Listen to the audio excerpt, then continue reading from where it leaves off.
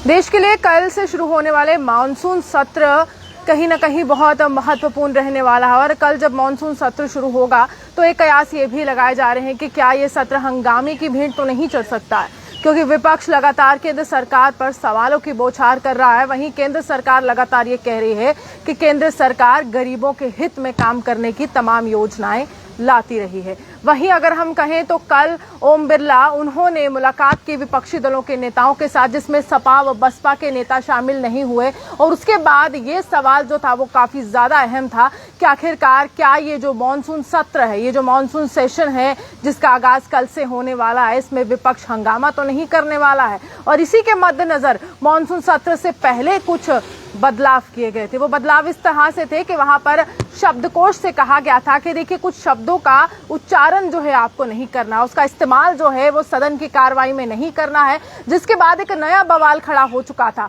वो शब्द थे अहंकार, वो शब्द थे भ्रष्टाचार, वो शब्द थे असत्य। ये सामान्य शब्द है, सरल भाषा में भी हम उपयोग करते हैं और विपक्ष जो है केंद्र सरकार को कटघरे में रखने की कोशिश करता है इन शब्दों के माध्यम से। लेकिन इसमें कहा गया है कि देखिए इसको पूर्णतः प्रतिबंधित नहीं किया गया है, लेकिन इसको कार्रवाई से हटा दिया जाएगा अगर विपक्ष का कोई भी नेता जो है इस पर जो है इसका इस्तेमाल करेगा और इन शब्दों के द्वारा जो है सवाल उठाएगा। उसके बाद एक तरह से नई पहल की गई।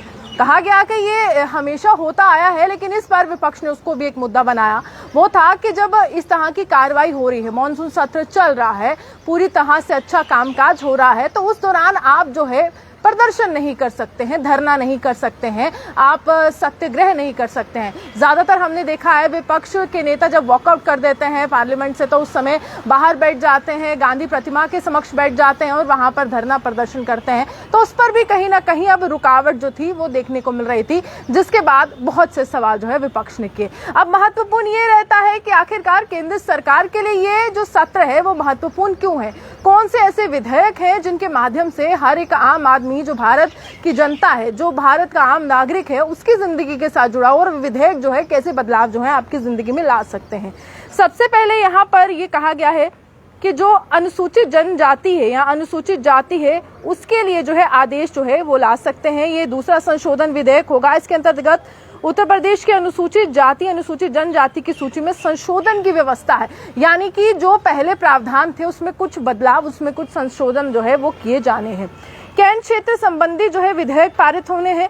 देश के सभी कैंट क्षेत्रों में नगर निकाय की तर्ज पर विकास और ईज ऑफ लिविंग को बेहतर करना जो है इसका मुख्यतः उद्देश्य व लक्ष्य रहेगा। ऊर्जा संरक्षण विधेयक, यानी कि ये एनर्जी से रिलेटेड है और इसमें कहा गया है कि देश में कार्बन ट्रेडिंग और रिन्यूएबल एनर्जी के अधिक प्रयोग तथा ऊर्जा संरक्षण अधिनियम के कड़ाई से पालन के उद्देश्य से ये विधेयक जो है वो पेश किया जाना है और ये बहुत ज्यादा जो है महत्वपूर्ण भी रहने वाला है।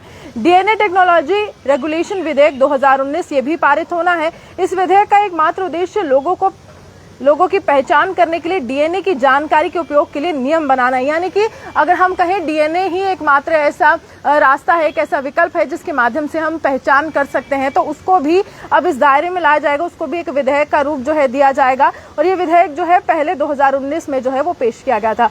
बाल विवाह निषेध संशोधन विधेयक, बाल विवाह से संबंधित ये विधेयक है 2021। ये महिलाओं की बाल विवाह की न्यूनतम आयु को बढ़ाकर 21 वर्ष करने का प्रयास करता है, यानी कि इसमें जो कम से कम आयु है वो 21 वर्ष होनी है। इस बिल को 21 दिसंबर 2021 को शिक्षा, महिला, बाल, युवा और खेल संबंधी स्थायी समिति को पहले ही भेजा गया था। यानी कि आप जानते हैं दिसंबर के महीने में केंद्र सरकार के द्वारा ये कहा गया था कि अब महिलाओं की शादी की उम्र जो है उसको 21 कर दिया गया है 18 से। तो ये भी कहा गया था कि आखिरकार ये विधेयक का रूप कब लेगा। तो मानसून सत्र में उम्मीद है कि ये विधेयक का रूप जो है वो ले सकता है। उसके बाद बैंकिंग संशोधन में एक विधेयक जो है वो लाने को तैयार है केंद्र सरकार। इसके माध्यम से सरकार बैंकिंग कंपनी अधिनियम 1970 में संशोधन कर सकेगी। सरकारी बैंकों में अपनी हिस्सेदारी को लेकर भी सरकार निर्णय कर सकेगी। अभी सरकार को कम से कम 50% से अधिक हिस्सेदारी अपने पास रखनी होती है, यानी कि अब इसमें हिस्सेदारी की बात जो है वो की जा सकती है और इस पर भी बवाल हो सकता है आगामी समय में, क्योंकि जहां निजीकरण का दौर जारी है, जहां कुछ बैंकों को निजीकरण के दौर में लाया गया है, तो जब ये विधेयक पारित होगा तो देखना होगा विपक्ष की किस प्रकार की प्रक्रिया होती है। अब एक और विधेयक की यहाँ पर बात है, बहुराज्य सहकारी समितियों का ये विधेयक है और इसमें भी कुछ संशोधन की बात जो है वो की गई है। इस विधेयक का उद्देश्य सरकार की भूमिका युक्ति संगत बनाने के साथ कई राज्यों में सहकारी समितियों के कामकाज में सदस्यों की भागीदारी बढ़ाना है ताकि जनता का विश्वास जो है वो बढ़ सके। उद्यम और सेवा हब का विकास विधेयक 2022, ये विधेयक विशेष आर्थिक क्षेत्र अधिनियम का संशोधन और नियम बनाने के उद्देश्य से लाया जा सकता है। परिवार न्यायालय संशोधन विधेयक, ये बिल कानून मंत्री किरण रिजिजू जो है उनके द्वारा कल पेश किया जाएगा सदन में। इसका उद्देश्य कई राज्यों में परिवार न्यायालय के कामकाज को वैधता देना है।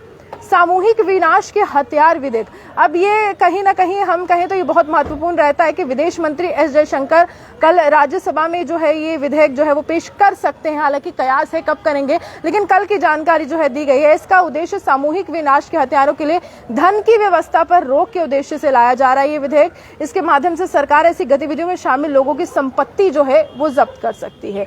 अब ये बहुत महत्वपूर्ण है कि अगर आप मीडिया जगत से ताल्लुक रखते हैं तो उसके लिए भी एक विधेयक जो है वो लाने की तैयारी में है केंद्र सरकार, जिसमें सोशल मीडिया प्लेटफॉर्म्स को भी लाया जा सकता है।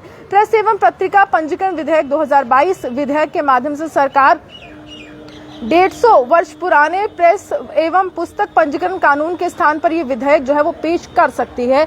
उसका कहना है कि इसके माध्यम से लघु प्रकाशकों को सरलता होगी और प्रेस की स्वतंत्रता का अधिकार भी सशक्त होगा। ये डिजिटल मीडिया को कानून के दायरे में लाएगा। हालांकि जम्मू की अगर हम बात करें तो इस तरह के सवाल जो है उठाए जा रहे हैं कि डिजिटल मीडिया कानून के दायरे में कब आएगा, क्योंकि फेक न्यूज भी काफी ज्यादा चलती है डिजिटल माध्यम से और जब वो वायरल होती है तो बवाल हो जाता है पूरे देश में।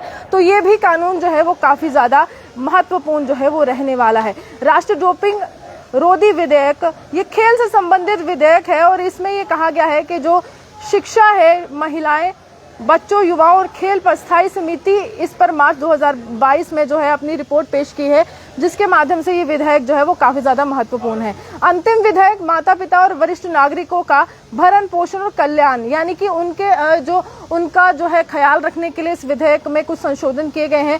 जैसे कि नाम से स्पष्ट है, ये विधेयक वरिष्ठ जन के भरण पोषण के अधिकार से संबंधित है। सामाजिक न्याय की श्रेणी में आने वाले इस विधेयक को 2019 में पेश किया गया था।